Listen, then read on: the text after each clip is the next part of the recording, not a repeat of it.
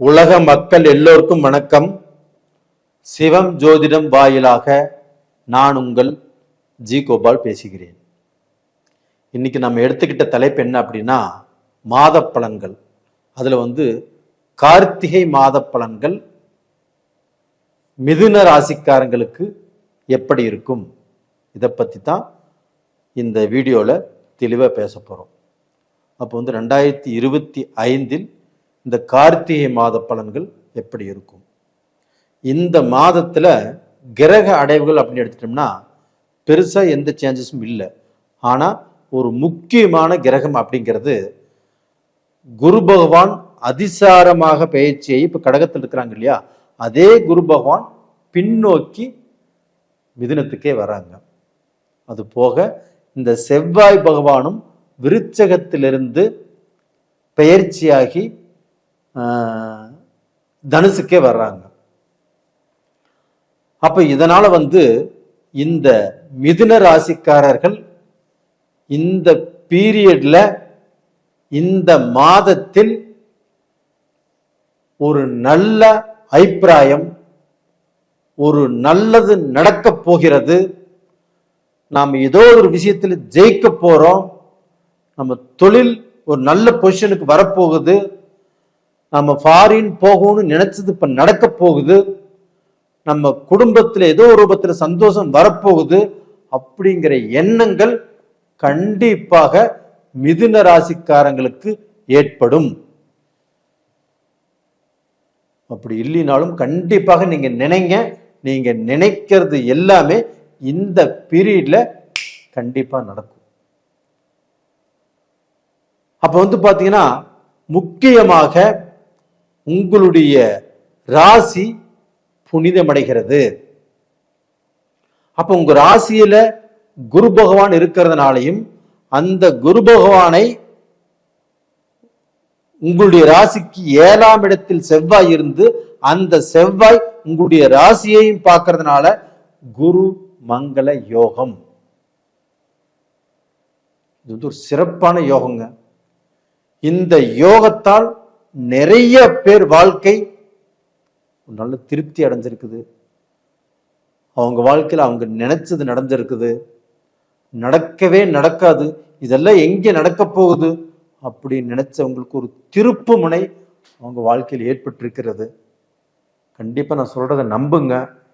கண்டிப்பாக உங்க வாழ்க்கையில கடந்த 3 வருஷம் 4 வருஷ காலங்கள் ஒரே குழப்பம், ஒரு நல்லது நடக்கல, பிரச்சனைகள், சோதனைகள், வேதனைகள், நாம் என்ன சபிக்கப்பட்ட ராசியா, நம்மளுக்கு எதுவுமே நல்லது நடக்காதா அப்படிங்கிற வேதனையில நீங்க உருகிட்டு இருக்கிறது, நீங்க விடக்கூடிய கண்ணீர் எனக்கு ரொம்ப புரியுது, ரொம்ப ரொம்ப நல்லா புரியுது.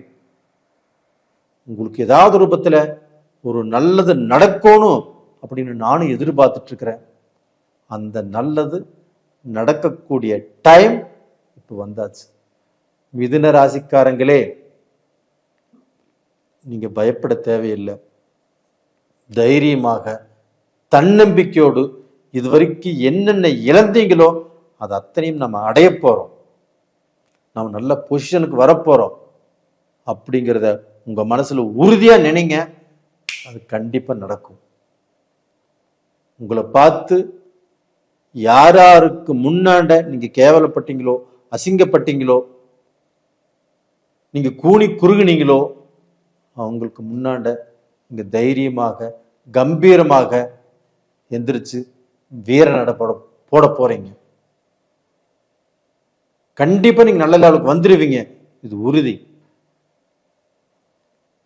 அது மட்டும் இல்லாம இந்த குரு பகவான் ஆப்பட்டது பார்க்கக்கூடிய இடம் 5ஆம் இடம். உங்களுக்கு அந்த 5ஆம் இடம் என்கிறது உங்ககிட்ட இருக்கக்கூடிய திறமைகள், உங்ககிட்ட இருக்கக்கூடிய அறிவு, உங்களுக்கு தலை நிறைய மூளை, அந்த அவ்வளவு மூளை இருந்தும் அவ்வளவு திறமை இருந்தும் அந்த திறமையும் அந்த மூளையும் இன்னைக்கு எங்கே போனாலுமே எல்லாமே ரிவேர்ஸ் ஆகுது. ஆனா அந்த அறிவுக்கும் அந்த திறமைக்கும் இப்ப பாராட்டுக்களோ ஒரு நல்ல வேலையோ, உங்களை யார் இந்த வேலைக்கு வேண்டாம் அப்படின்னு சொன்னாங்க அவங்களே உங்களை மீண்டும் அந்த வேலைக்கு கூப்பிட்டுக்குவாங்க. யார் உங்களை வேலையை பத்தி பெருமை பேசல, உங்கள் ஓனரும் உங்கள் வேலையை பற்றி கண்டுக்கல, அவங்களுக்கு இப்போ உங்கள் வேலையுடைய அருமை தெரியும். அப்போ நீங்கள் வெளிநாட்டில் இருந்தாலும் எந்த கண்ட்ரியில் இருந்தாலும் உங்களுடைய அறிவும் உங்களுடைய திறமையும் உங்களுடைய மேலுள்ள ஆபீஸருக்கு புரியும். அதனால சம்பள உயர்வு கிடைக்கும். நீங்கள் பார்த்தீங்கன்னா ஒரு கண்ட்ரிலேருந்து வேறு கண்ட்ரிக்கு மாறலாம், ஒரு நல்ல பொசிஷனுக்கு வரலாம். அதே சமயத்தில் இங்கேயுமே ஒரு நல்ல கௌரவமான தொழில், உயர் பதவி, அரசு பதவி, இது மாதிரி வேலைகள் கண்டிப்பாக உங்களுக்கு கிடைக்கும். நீங்கள் கவலையே படாதீங்க. ஏன்னா 5ஆம் இடத்தை குரு பார்ப்பது என்பது அவ்வளவு சீக்கிரம் யாருக்கு நல்லது நடக்காது. யாருக்கு நல்லது நடக்காதுங்கிறதுல எத்தனையோ பேர்த்துக்கு நல்லது நடந்து அவங்களாம் நல்லா இருக்கிறாங்க.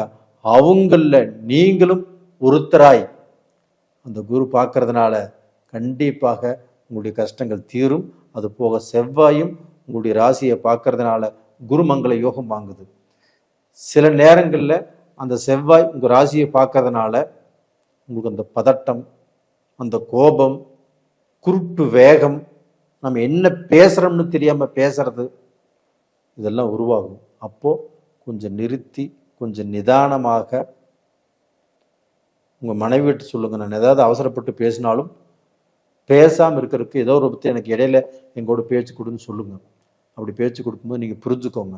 ஒரு நல்ல முடிவெடுக்கும் போதோ ஏதாவது பற்றி ஒன்று பேசும்போதோ கொஞ்சம் நிறுத்தி நிதானமாக இருங்க. கண்டிப்பாக நீங்கள் ஜெயிச்சிருவீங்க, நல்ல பொசிஷனுக்கு வந்துடுவீங்க. அதே சமயத்தில் உங்கள் மக்கள்னால உங்களுக்கு நல்லது நடக்க போகுது. கண்டிப்பாக அவங்களுக்கு வேலை கிடைக்கும், இல்லைன்னா வேலையில் உயர்வு கிடைக்கும், இல்லை கல்யாணம் நடக்கும்.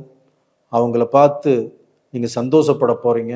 இல்லை அவங்களுக்கு ஒரு குழந்தை பாக்கியம் இல்லைன்னு இதனால வரைக்கும் எங்கே இருந்தீங்கன்னா இப்போ இந்த பீரியடில் கண்டிப்பாக குழந்தை பாக்கியம் கிடைக்கும். நம்புங்க, கண்டிப்பாக நடக்கும். நேயர்களே, உங்கள் குடும்பத்தில் இருக்கக்கூடிய அந்த தொலைந்த அந்த சந்தோஷங்கள் இப்போ உங்களை தேடி வரும். உங்கள் குடும்பம், உங்கள் மனைவி, மக்கள், நீங்கள் எல்லாருமே சந்தோஷமாக இருப்பீங்க.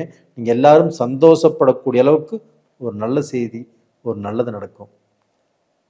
நேயர்களே, உங்களிடமிருந்து விடைபெறுவது உங்களின் ஜி கோபால். நன்றி, வணக்கம்.